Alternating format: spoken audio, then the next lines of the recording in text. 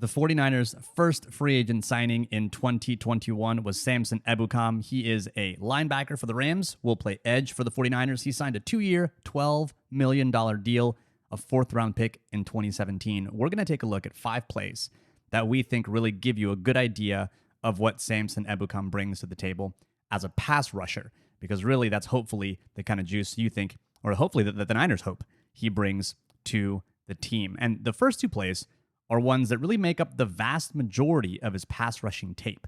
This first play from 2020, week 1 against the Cowboys, is basically what you see game after game, snap after snap, of Samson Ebukam as a pass rusher.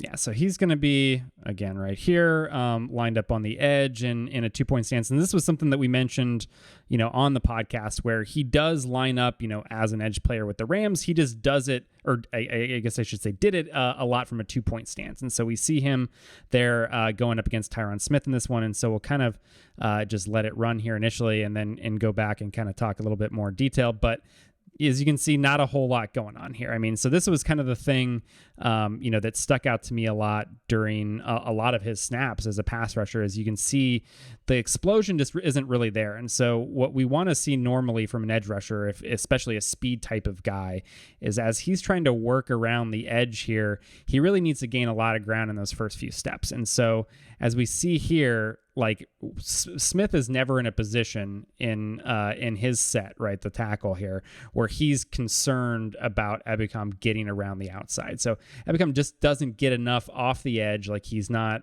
gaining enough ground in those first few steps to ever really threaten him around the outside. And so at that point, now, like, Smith kind of knows he's got him right where he wants him, right? Like there's not a whole lot he can do to counter, because Smith has that advantageous position to be able to kind of counter whatever he's going to do. And so you see Ebukam just kind of end up really locking arms and trying to drive him back and not really being able to get a whole lot out of it. Yeah, and you see that kind of mush into the chest and just keep pushing and rolling often. And it often just kind of looks a bit like that. Sometimes, though, he is able to get ahead of steam because he's able to align a bit wider out. That's what you see in this play against the Bills from week 3. In this case, he lines out quite a bit wider. This is going to be a wide 9 alignment from a 2-point stance. And because of that wide alignment, he is able to get a bit more steam and really actually push the tackle far back into the pocket. And what seems like a good play on face, an athletic play, isn't something that really affects the outcome all that much, and thus is really kind of a nothing play. Yeah, I mean, so you can see, and it's a little, it gets a little obscured here because Donald ends up beating the guard here, and Donald's the one that ends up kind of getting around and getting pressure on Allen here. And so it's kind of difficult to tell a little bit from the end zone view here that Ebukam's not getting a whole lot done. But you can see, yeah, you get a little bit, like you mentioned, of the burst. He's got some room to kind of get up to speed here and then meets the tackle. And even though he gets a little bit of a push, he's never in a position to be able to break off and get to the quarterback at that point. So he's still kind of locked up here, and he's also deep. I mean, again, we talked a lot in previous videos, if you've checked those out, like kind of where the quarterback should be, where tackles are protecting for. And so you can see balls here at the 4-yard line. So really, we would be expecting Allen to kind of sit, right around the 11-yard line or so. And kind of as things going, he's a little bit deep at first, but gets right up there to kind of just behind the 11-yard line. You can see that Ebukam's back, his head there, probably back at like the 13, 14-yard line. And so he's just not in a spot where he's able to threaten the quarterback at this stage. And so, again, it's like even though he gets a little head of steam here, gets a little bit of movement, he's not really doing anything to affect the quarterback because he's too deep in the pocket.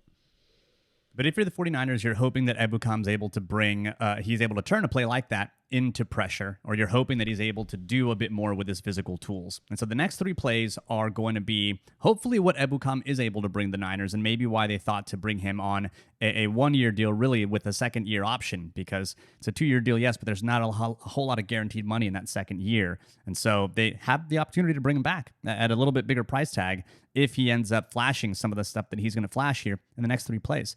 This play is against Tampa Bay. This is 2019.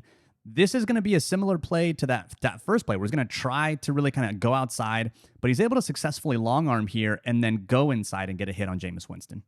Yeah, this is what most of his kind of successful pass rushes look like, right? So again, doesn't really threaten the edge. He's not able to get around the outside, but instead kind of switches, like you mentioned, gets the long arm on him here, and then starts to kind of drive back and slide inside. And he does it, he's a little late arriving to the quarterback, but he gets there to Winston quick enough to still be able to kind of hit that arm on the follow through, and it leads to an interception for the Rams defense. So this type of thing is when we looked at kind of his successful pass rushes, it was essentially a version of this almost every time. So can't quite get the edge.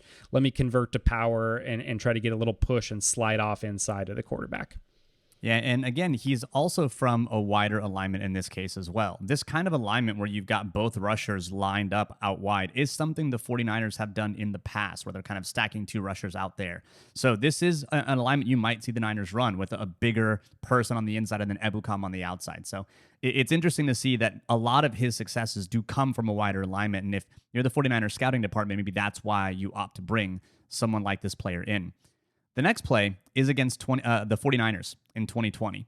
And this is one of those instances where, again, he does the same kind of move. He tries to bull into the tackle. But in this case, he's going up against Mike McGlinchey. He gets underneath McGlinchey, gets into his chest, gets positive leverage, and is able to push McGlinchey right back into Nick Mullins. Yeah, so this is, again, very similar to the Bills play, where he has a little bit more room to kind of get up to speed here, uses that to get into the tackle, but rather than just kind of being locked with the tackle and going back around at a depth that isn't ever going to bother the quarterback, here he's able to turn that momentum that he's able to generate right into sliding off again to the inside to get to the quarterback spot. And here he again hits Mullins' arm kind of as he's throwing, and in this case, I think I believe forces a fumble. I don't know if they called this a fumble or an incompletion, but regardless, same play for him, right? So again, gets the head of steam, gets that power into McGlinchey's chest, but is able to slide off and actually get to the quarterback here. And then the final play in the series is actually going back to the 49ers game in 2019, similarly from a wide alignment, but this time he's going up against George Kittle, and he is able to get the edge against Jimmy Garoppolo, and he's able to make a positive play against the Niners. Yeah, so this was basically the only snap really of the last couple seasons here that we saw him have a successful pass rush with an outside move win, right? Which is kind of going to be usually as a speed rusher is going to be kind of your bread and butter, right? That's your go-to, and then you're going to build your counters kind of off of the outside win. But this was really the one time he did it, and it's against, obviously we love George Kittle, and he's going to be one of the, best blocking tight ends in the game, but that's still not the same as going up against, even a competent NFL tackle, right, as a pass protector. He's just not going to be on that level because that's not his job. And so you can see him, though, even here, having to go against the tight end, still taking this kind of big looping rush and having to kind of bend back around in order to get to the quarterback, which he's able to do here because Jimmy's kind of holding on to the ball a little bit and is kind of in the pocket for a good period of time. So he's able to kind of take that long way around Kittle once he kind of can get through that outside move here, bend it back around, and still finish with the sack here. It's no surprise that the Niners went after Ebukam, even though he wasn't on our kind of preseason list of players to target. And that's because he had 20% of his 2020 pressures against the 49ers in Week 12. So chances are they saw that tape, they put a little mark next to his name, and then when free agency came around, they decided, you know what, let's go ahead and take a flyer on this guy, because the other benefit, or the other thing that he brings to the table, is that he has not missed a game in 4 years, which is good. It's what the Niners need right now. But overall, you think of the first two plays, that's most of what he's going to bring to the table, but hopefully he's able to focus on being a pass rusher on the edge and not a linebacker, and you get to see from a wide alignment more of the final 3 plays. So that is Samson Ebukam as a pass rusher. That's the 49ers' first free agent signing, and that's the end of the kind of rerun, or the re-bringing up, the revitalization, the Lazarusing, I guess, if you will, of the Patreon videos for this week. Thanks again for tuning in, and as always, go Niners.